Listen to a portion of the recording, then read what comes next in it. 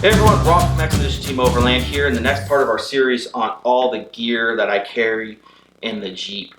Now we're getting into a little bit more of the nitty gritties, so I'm going to go over tools, and I'm going to break it down into air tools and then fixing tools.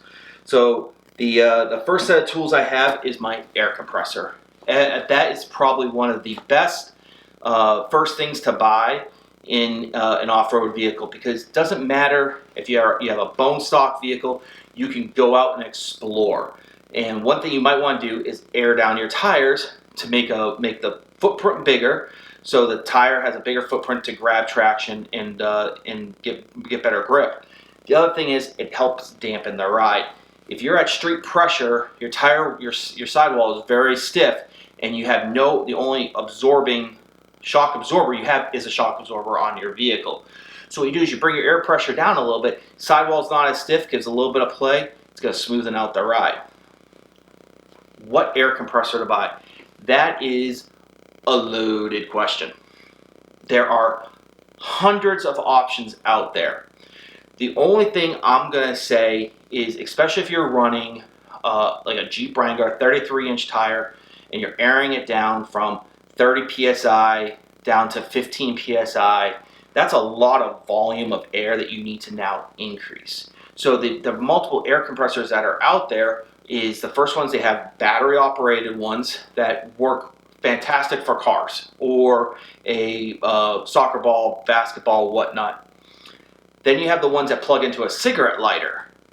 Those are great for those applications as well. Then you get into the next step up is ones that are connected directly to the battery with alligator clips or hardwired to the vehicle.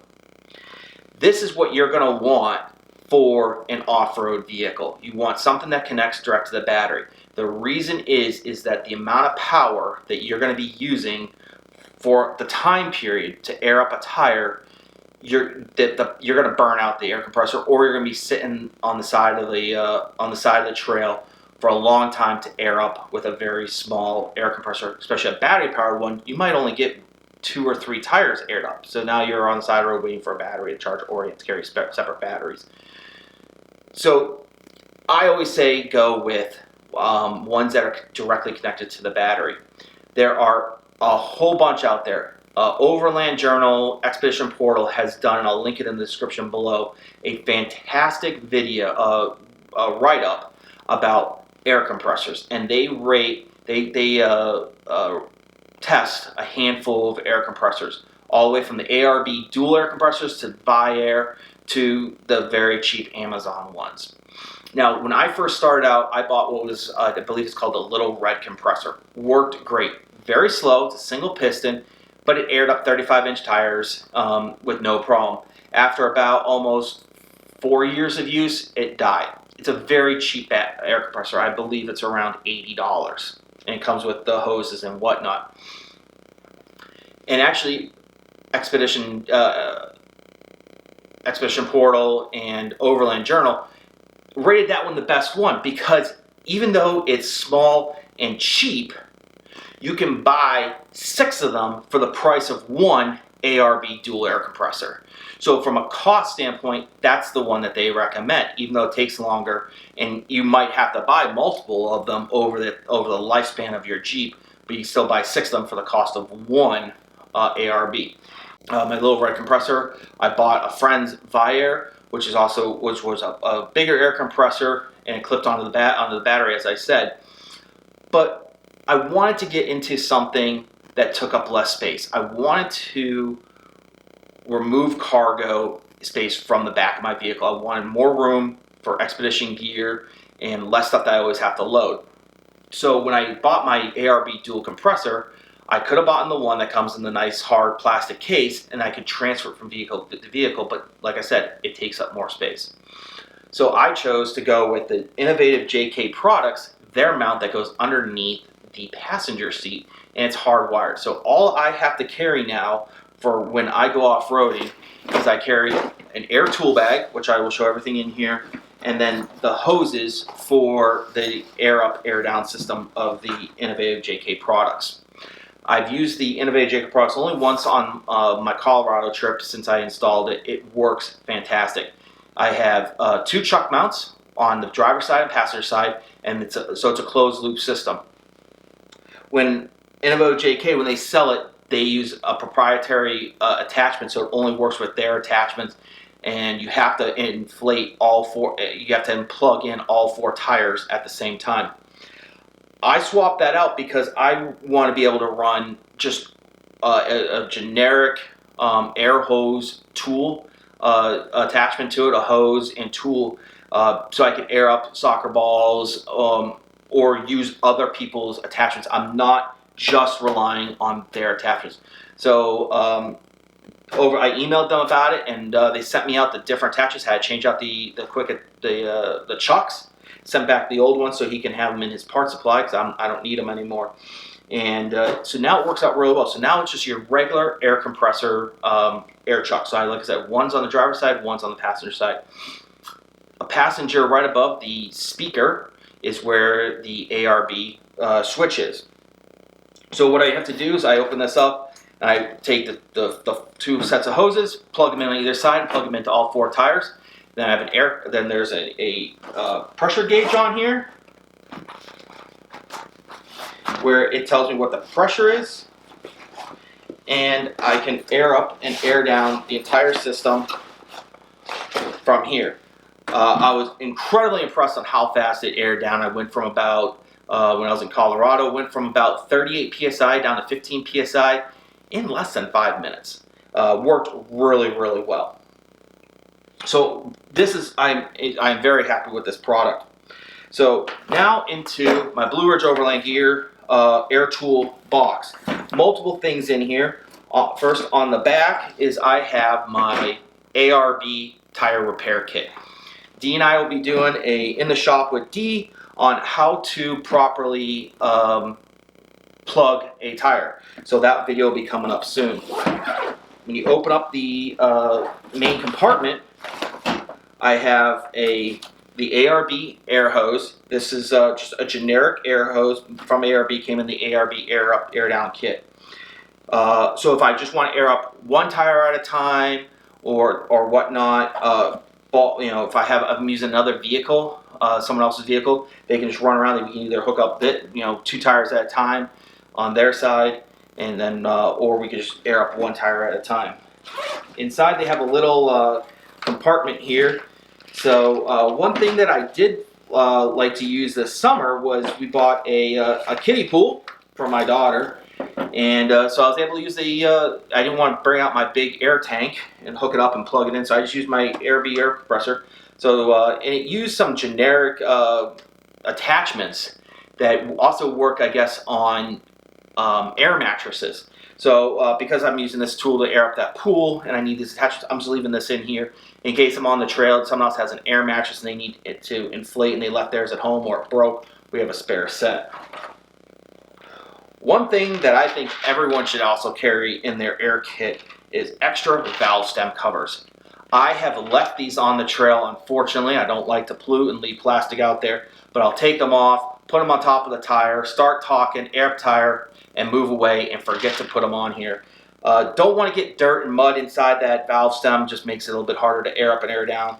So I always carry a whole box of these with me.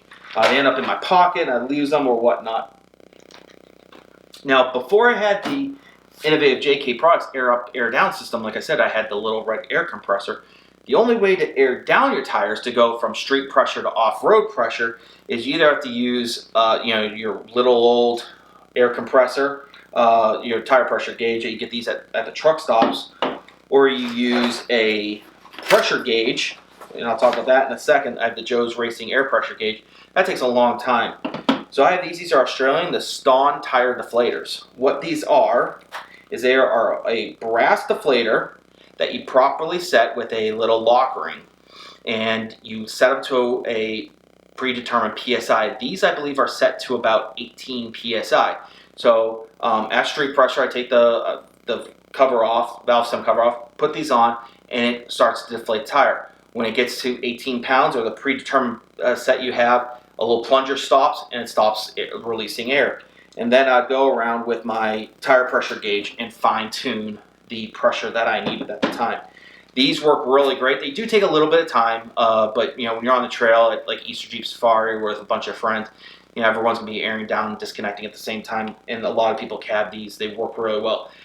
I believe technically you can drive with them on, so as you're driving, you can be deflating your tires. I don't really see the use of that because if I'm going to be driving, I'm going to be potentially going off obstacles, and these are going to be sticking out. So these can do some damage to your sidewall and that. I just have some, like I said, this is just a regular pen style tire pressure gauge and a deflator. Get these at your AutoZone truck stops, whatnot. Easter Jeep Safari 2019, I ended up breaking, I believe, 3 of these in 5 days. Reason is chit-chatting with friends. I put the tire pressure gauge on top of my tire, walk away, chit-chatting, and I drove over them. So, and they don't survive driving over them.